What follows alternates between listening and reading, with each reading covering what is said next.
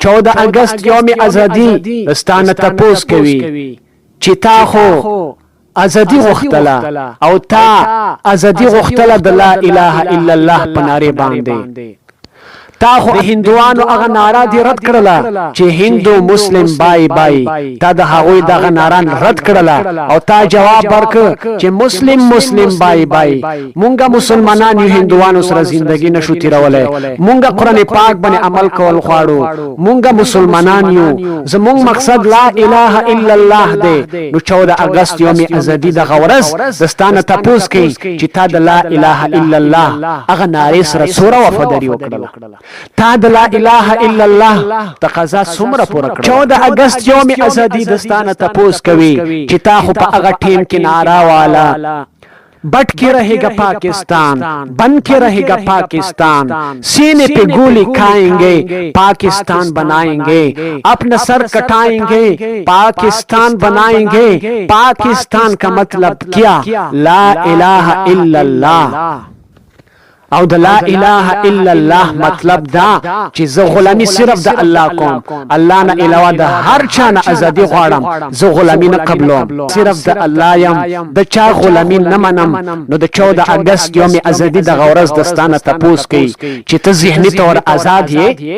ته ذهني طور د انګريز غلام نه ته خپل قومي اردو زبان هغه د انګريز د غلامی نه آزاد دی او کنه اوس پوری دستا په اردو کې د اردو الفاظ نه زیات الفاظ د انګریزي الفاظ استعمال دي او استاد د ملک له زبان اوس پورې د انګريز غلام دی. 14 اگست یوم ازادي دستانه تپوس کوي چې تا لا اله الا الله په بنیاد باندې د ازادي خود مختاری حاصل کړله او الله پاک قرآن پاک کې دستور بیان کړی دی الذين امكنناهم في الارض کدوی ته موږ پزمکه کې حکومت غلبه ورکو اقاموا الصلاه واتوا الزکات دوی به موږ قائم کوي زکات پور کوي وامروا بالمعروف ونهوا عن المنکر امر بالمعروف پکې او نهي عن المنکر بکې دا ازادي خود مختاری خو الله پاک فرمایي دا د دې دینداری او د دې امر بالمعروف نهي عن المنکر واسطه او وسیله ده. نو اې د پاکستان باشنده تا ازادي ته مقصود ویل او کنه د واسطه او ګرځول د دې عبادتو د اسلام. 14 اگست یوم ازادي د غورز زمون تاسو نه تپوس کوي چې ته خو مسلمان یې دا ازادي الله پاک درکړله تا د دې شکریا ادا کړو او کنه په دې شپه او ورځې کې ته د الله پاک عذاب ته دعوت ورکې ډول سنړي بچاګانې او ډنسونه شرابخانه او محفلونه ګرموي او کنه ته د الله پاک شکریه لپاره الله پاک ته سر به سجود غورځي. 14 اگست یوم ازادي دغه ورځ دستانه تپوس کوي چې اے پاکستانیانو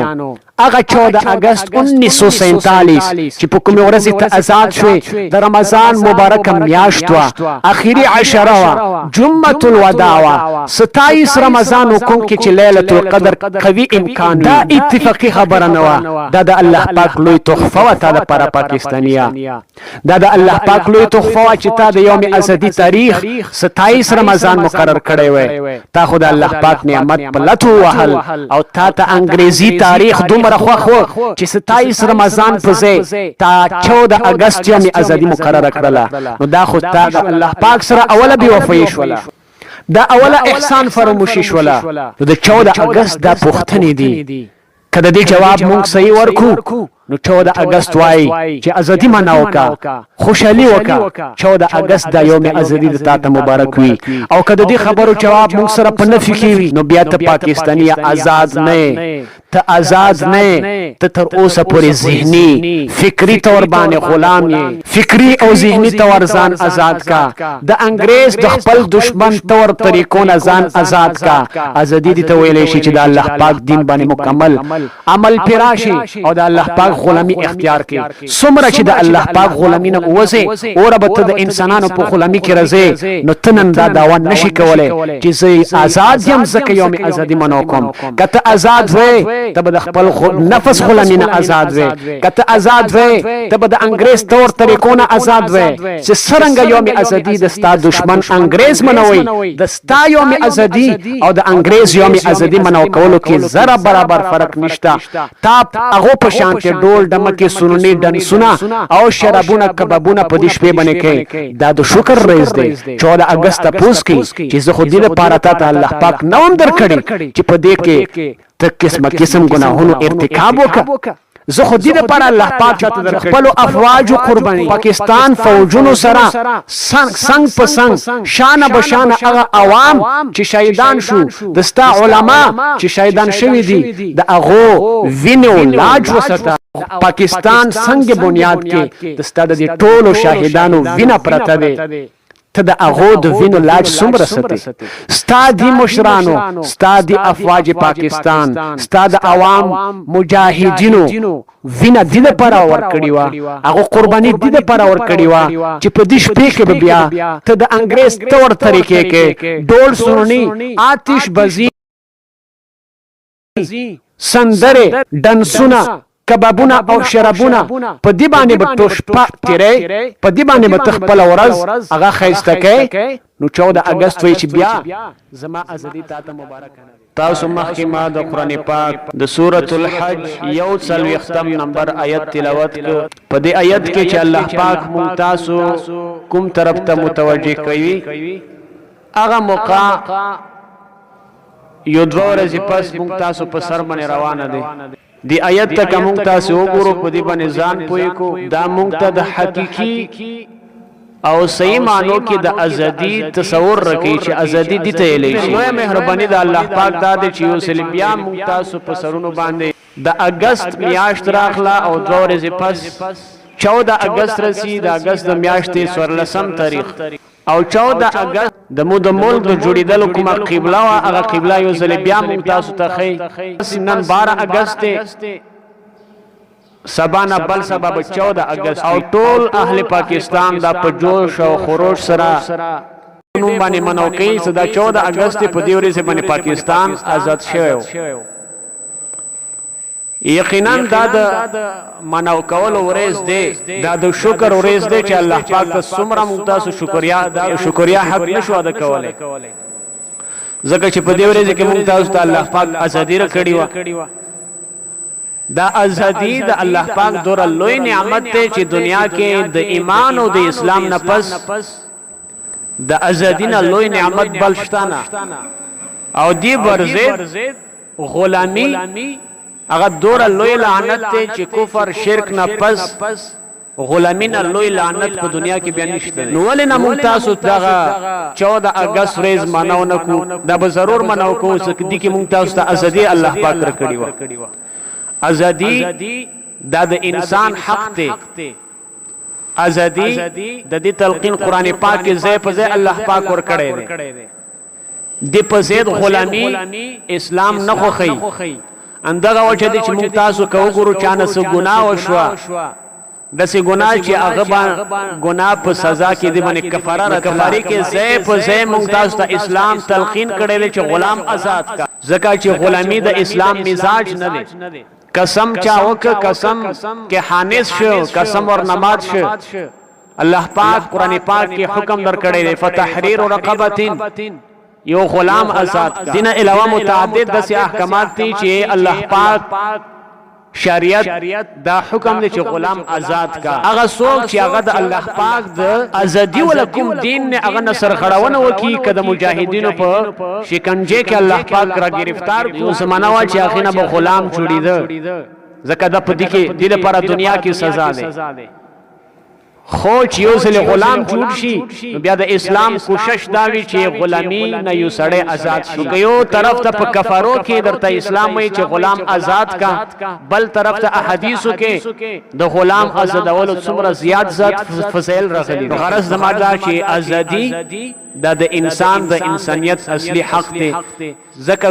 غلامی ختم شو اوس هغه د غلام جوړولو تصورم ختم غلامی اسلام نه خوخی هر چاته ازادي ورکړي خو ازادي مونږ وپیژنو او غلامی مونږ تاسو وپیژنو چې ازادي چاته غلامی چاته چې نبی کریم صلی الله علیه وسلم مدینه منوره ته هجرت وکړه د مدینه يهودو روشنی ولا د لسم محرم پورې سی باندې د یوم عاشوره پورې سی باندې نبی علیہ السلام پختنه وکړه چې د سر روشه ستي يهودو جواب ورک چې په دې ورځ کې زمونږ پیغمبر موسی علیه السلام ته الله پاک د فرعون نه نجات ورکړو زمونږ بنی اسرائیل د فرعون د غلامین آزاد شویو هغه ازادي ورسې په شکرې کې موسی علیه السلام روشنی ولي وا او فرعون چې د بنی اسرائیل قوم نه غلامان جوړ کړي هغه الله پاک غرق کړي نو ازادي دوره لوی نعمت چې په دې ورسې باندې موسی علیه السلام روشنی ولي وا خو ازادي ممتازو پیژنو نه اره یو ازادي هغه بهترین نه وي اره یو ازادي محمود نه وي او غلامی ممتازو نه پیژنو اره یو غلامی هغه مذموم نه وي هغه بد نه وي د ډېر مثالونه کې دی شي ممتاز وي چې ازادي په دې ورځ باندې مونږ ته ملو شوی د 14 اگست ورځ باندې او بیا د ازادي دا معنا چې ممتاز په دې کې شراب نوشي د عریانی فحشه اډې ورکه ګرم شي آتش بازی د سره د 14 اگست ټول شپه سبا پورې شبګرا وکړي شي دغه ډول ډمکه باجه او سرونی او د سندرو او د ډنسونو محفلونه ګرم شي دته ازادي لې شي دا ازادي د اسلام او د قران په نظر کې غلامی دی دی غلامی نه بدترینه غلامی بلشتنه اسلام ممتاز ته ازادي خېلې ده چې ازادي څه شته لې شي که سړی وای چې تا کپڑے اچولې دي کپړو کې د ځان قید کړي دي دا کپڑے و غرزا بربند ګرځا ته په کپړو کې قید دي نو دا سړی کده کپړو نه آزاد شي په دې ازادي باندې اړ یو سړی لعنت وای چې دا بیوقوف او احمق ته یې دماغ خراب دي لکه د کپړو نه ازادي ملاو شو ازادي خو خشه ده ولی بیوقوف او احمق ورته هغه وجه دا چې کومه ازادي اختیار کا هغه د شریعت په نظر کې ازادي نه ده او اندغه شانت لکه اره یو ازادي هغه بهترین نه وي خنوي اره یو غلامی هغه بدترین هم نه وي ایو قید اره یو قید خانه هغه بدترین هم نه وي اره یو سړی په خپل کپړو کې قید دی دغه کپړې د خپل ځان لپاره زینت ګرځي په دې باندې یو قسم نه دی خفا ار یو سړی د خپل کور په مشغلو کې خپل خزي بیبي بچو د پاره رزق ګټلو په دندو کې د قید دی دا قید د ځان لپاره لوی فخر غني سوکم دي ته نه چې دا غلام دی نو غرض زما دا دی چې سبا نه بل سبا 14 اگست روان دي مونږ تاسو یوم ازادي منو چې دا یوم ازادي آیا مونږ رښتیا په دې ورځ کې آزاد شویو آیا رښتیا مونږ ته په دې ورځ کې د قران پاک د اسلام د نبی کریم صلی الله علیه وسلم خوخه ازادي مونږ ته ملو شي وا مونږ تاسو په خپل خود مختاری سره په اسلام باندې په دې ملک کې عمل کولای شو آیا مونږ رښتیا د انګريز تسلط نه آزاد شویو فکری طور ذهنی طور مونږ د انګريزانو اوسم غلامان نه یو آیا مونږ هندوانو د رسم او رواج نه آزاد ګرځیدل یو دا یو هغه فکر دی چې دغه 14 اگست مونږ تاسو باندې رسی دا 14 اگست مونږ تاسو د چغې وای چې تاسو په دې ورځ ازادي ملاو د تشین ازادي ملاو ته 14 اگست کې مجلسونه ګرم کسندري وای 14 اگست په شپه باندې آتش بازی کوا اسراف او تبذیر کوا د شیطان ورور ګرځيګا دمان او دمان رواړه دنسونه او سندرغاړي رواله په دې ورځ کې د الله پاک کومه نافرمانی درنه کېدای شي هغه تر سره کا 14 اگست ته داخلي 14 اگست تانه نن تاسو کوي چې ته د اسلام د پاکستان بچي ته یوم ازادي په کوم طریقې باندې منوي 14 اگست چې په کوم ورځ باندې راغلی و د پاکستان د ازادي ورسوا متحده هندستان چې پاکستان هندستان سره متحد وو انګريز راغلو برتانیې نه تسلط و مسلمان هندوان ټول سره په یو ځای کې متحده هندستاني ورته د ستاد دین د اسلام د علماو په برکت سره د قران او د اسلام په برکت سره انګريز ته شکست ورسیده انګريزان چې لاړو هندوان مسلمانان پاتې شو مسلمانانو چغې شروع کړي چې مونږ ته یو ملک پکار دی داسې ملک پکار دی چې هغه ملک کې بس صرف مسلمان اوسېګم هغه ملک کې به ما سره هندو نه وي هغه ملک کې به زه د خپل خالق او مالک په دستور او آئین باندې عمل کوم ازادي او خود مختاری سره هندوانو د اسلام مخالفت وکړه چې نه داسې یو ملک نشي کېدی. هغه خلک چې هغه 14 اگست 1947 کې موجود وو نن موږ تاسو باندې 14 اگست رسی 14 اگست بل سبا راغله. نو تقریبا چې د هغه زمانه کوم خلکو هغه زمانه مشاهده کړي او هغه دنیا نه لاړ دي خال یو ځای چې ته یو فرد پاتې وي. هغه خلکو نه موږ تاسو ته پوښتنه وکړو چې په دې 14 اگست کې څه شوی و. زین علما زموږ اکابرین الحمدلله اوسم ژوند دي. زموږ مفتی اعظم پاکستان مفتی محمد شفیع صاحب رحمت الله علیه داغه فرزند ارجمن داغه مشر زوی مفتی اعظم پاکستان مفتی محمد رفیع عثماني دامت برکاتهم العالیه د شیخ الاسلام مفتی محمد تقی عثماني صاحب دامت برکاتهم العالیه مشرور دی. مفتی رفیع عثماني صاحب دامت برکاتهم العالیه هغه یو تحریر لیکل یو بیان دا غوله چا لیکل. علماء الحمدلله دا نظریه وا چې هندو مسلمان سره نشي اوسېدی. دنیا کې دوه قومونه دي کافر مسلمان. خلقکم فمنکم کافر ومنکم مؤمن. الله پاک تاسو پیدا کو تاسو انسانانو صرف دوه قومونه دي کافر هم تاسو کې شته مسلمان هم شته. مسلمان کبه تور وي سور وي سپین وي انګریزي وای عربي وای اردو او پښتو وای هر زبان چې وای دا یو قوم دی. مسلمانانو یو قوم یو هندوانو سره نشو پاتې. هندوانو د پاکستان جوړیدلو شدید مخالفت وکړ. هندوانو به دا چغه والا چې هندو مسلم بای او مفتی صاحب دامت برکاتهم العالیه فرمای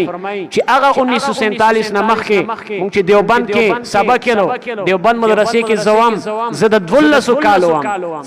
څوارلس سپاره حفظ ما کړو سم شوم ما ته یاد دي چې هغه زمانه کې مونږ یو تنظیم جوړ بچا مسلم لیگ تنظیم مو جوړ کړ چې هغه پاکستان غوښته. ہندوانو بدا چغی والے چھ ہندو مسلم بائی مونگ بورتا دا چغی والے لے کے رہیں گے پاکستان دینا پڑے گا پاکستان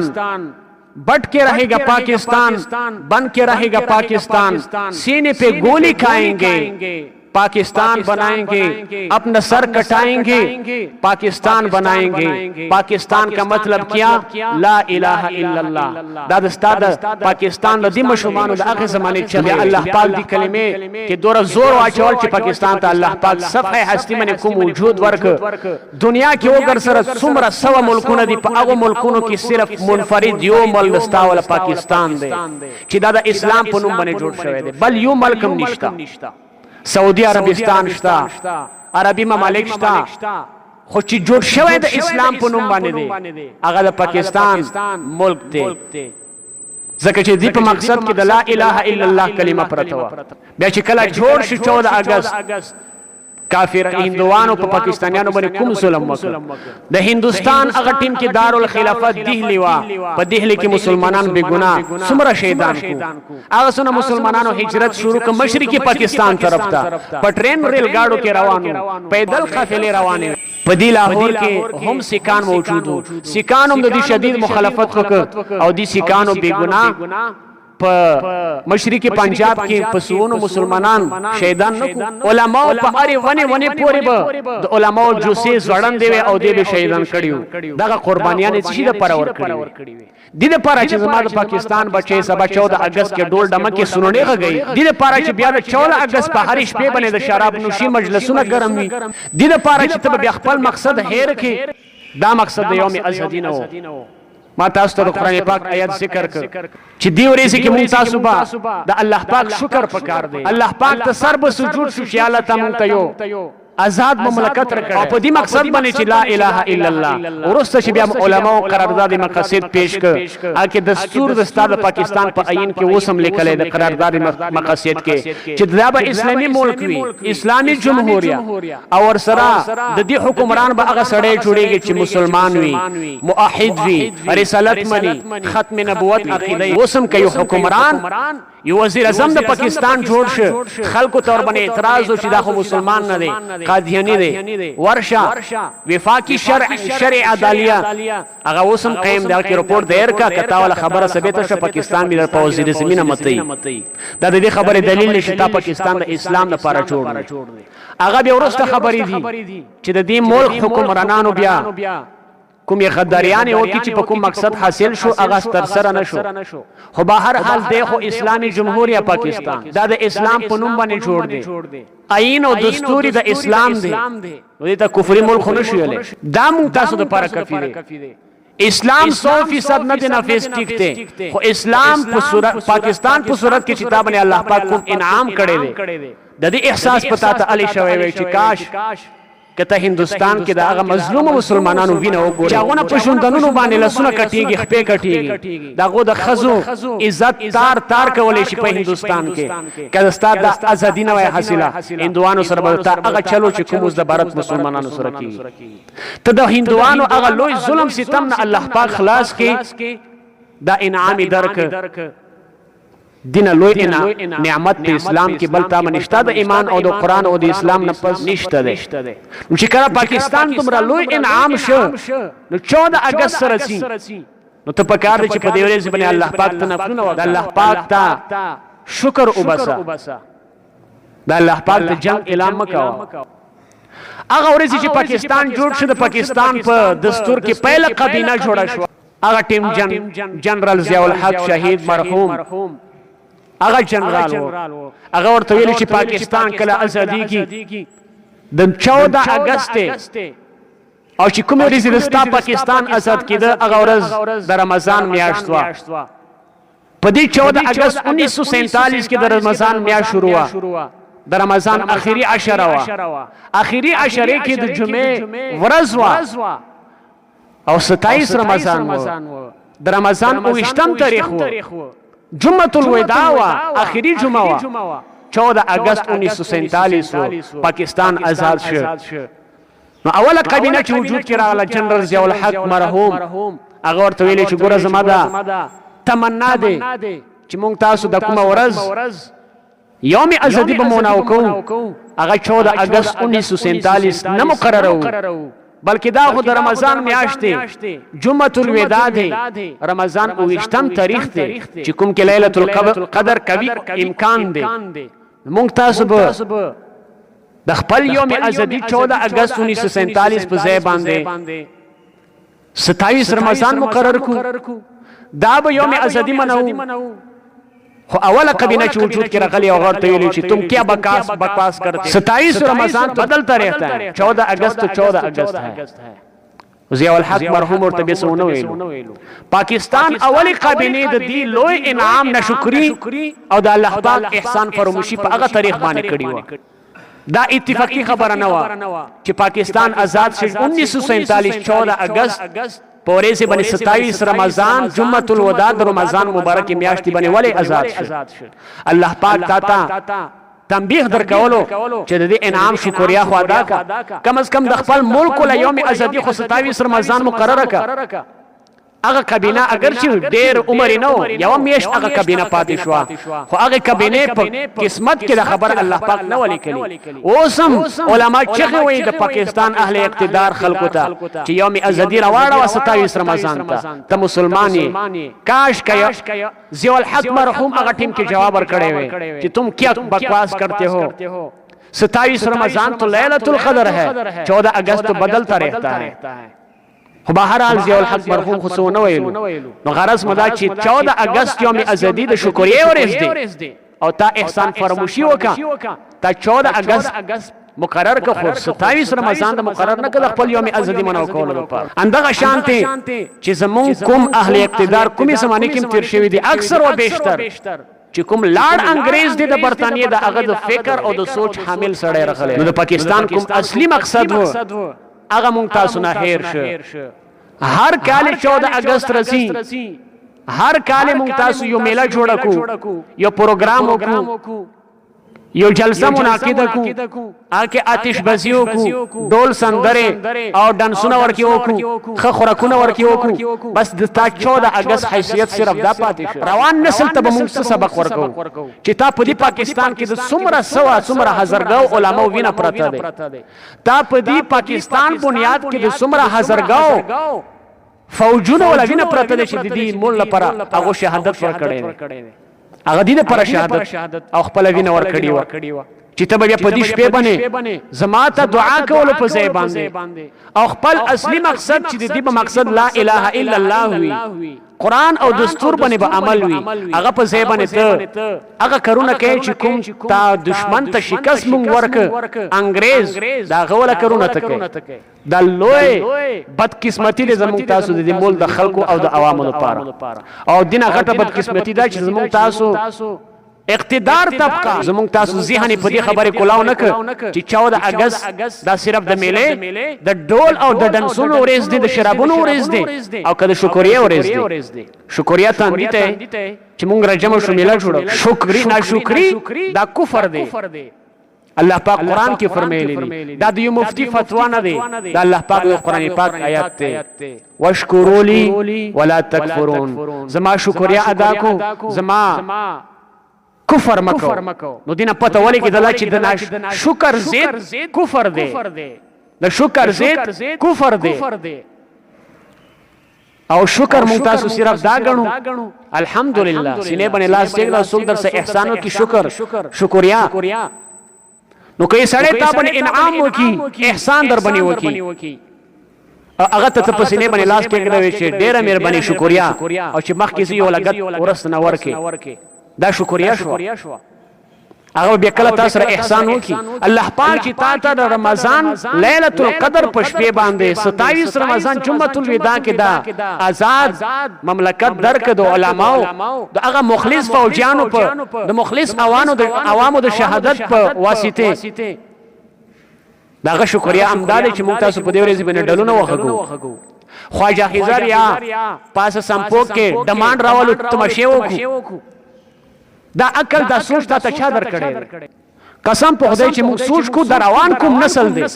رفته گمراهی ته خاصه وتلې شرک او کفر ته نږدې ولاړ دی که شرک او کفر ته ورغله د مفتی تقی صاحب دامت برکات مولا عالیه نږدې وخت بیان راخلی دی چې دا کوم روح باندې زموږ نوجوان نسل روان دی معلومیږي دا چې زموږ نوجوان نسل نه دهریان جوړیږي او د دې ته پوس په بیا کډیو تعذاب الله پاک ور کوي خود دې ته پوس زموږ مشرانو مور پلار اهل اقتدار طبقه نه ضرور کیږي چې تا دستان نسل گمراه شته سکو د 14 اگست مون تاسو صرف ملاش مرلې دي اندغه وجه دې زموږ مشرانو سره د سوشیشته 14 اگست کې پرچم کوشي وکا جنډا اوچته کا سلامي وکا ډول وخغه بس داد نه جنډا اوچته کا د خپل ملک 14 اگست مناو کا دینه من کول علما نه کوي ځکه 14 اگست مو مناو کو علماء مناو کوي زموږ دینی مدرسو کې 14 اگست باقاعده پروګرامونه کیږي 14 اگست مناويږي دا په شریعت کې حرام نه دي ځکه چې 14 اگست خو اسلامي شی نه دی بل طرف ته عید میلاد النبی اکثر خلک دا اعتراض هم کوي چې تاسو عید میلاد النبی خو نه مناو 14 اگست مناو کو نو 14 اگست مو ځکه مناو کو چې د وطن سره د مینې محبت یو دلیل دی او عید میلاد النبی دا خو د اوس بدعت ته چې سره روزت د کوم تاسو د نبی رسول الله والسلام عید میلاد النبی مناو کول شروع کو خوشالي کو که څنګه اهل باطل کوي نو بیا خو د دې دا مطلب شو چې د تعالی پروګرام او د دې ورځې مناو کول تعلق د اسلام سره شه تا خو اسلام کې نوې شی اضافه او اسلام کې نوې شی چې تنانه بسې د اسلام او د دین په نوم باندې تن مانځه اسلام در تخیل نه دی دي ته بیا بدعت ویلی شي من احدث فی امرنا هذا فهو رد نبی علیہ السلام فرمایي چې زموږ د اسلام په کار کې چا نوې شی پیدا ک چې ما صحابه او تابعین تبع تابعین سلف صالحین نه دي ثابت فهو رد هغه مردود دی بدعت دی خو 14 اگست الحمدلله منو غرض مداو چې جنډا اوچته کا د سره تاسو علماء متفق دي د مدرسو طالبان هم سره متفق دي هغه پروګرامونه په مدرسو کې کی جنډې اوچتي جنډې ته سلامي مو کا خیر د ملک احترام دی خو په دې کې ډول ډمکه شراب نوشي آتش بازی او دی ورځې د شپې کې سهار پورې په سندرو او ډنسونو کې سبا کول دا د دې ملک یوم ازادي نه دی دا د دې ملک یوم بربادي आवाज ورکړي دې ته یوم ازادي نشيله یوم ازادي دې ته لې چې ته الله پاک کوم عین در کړو دغه مقصد پر ته ملک جوړ ک اغ باندې ته څومره عمل کوي ته بیا رښتیا آزادي کته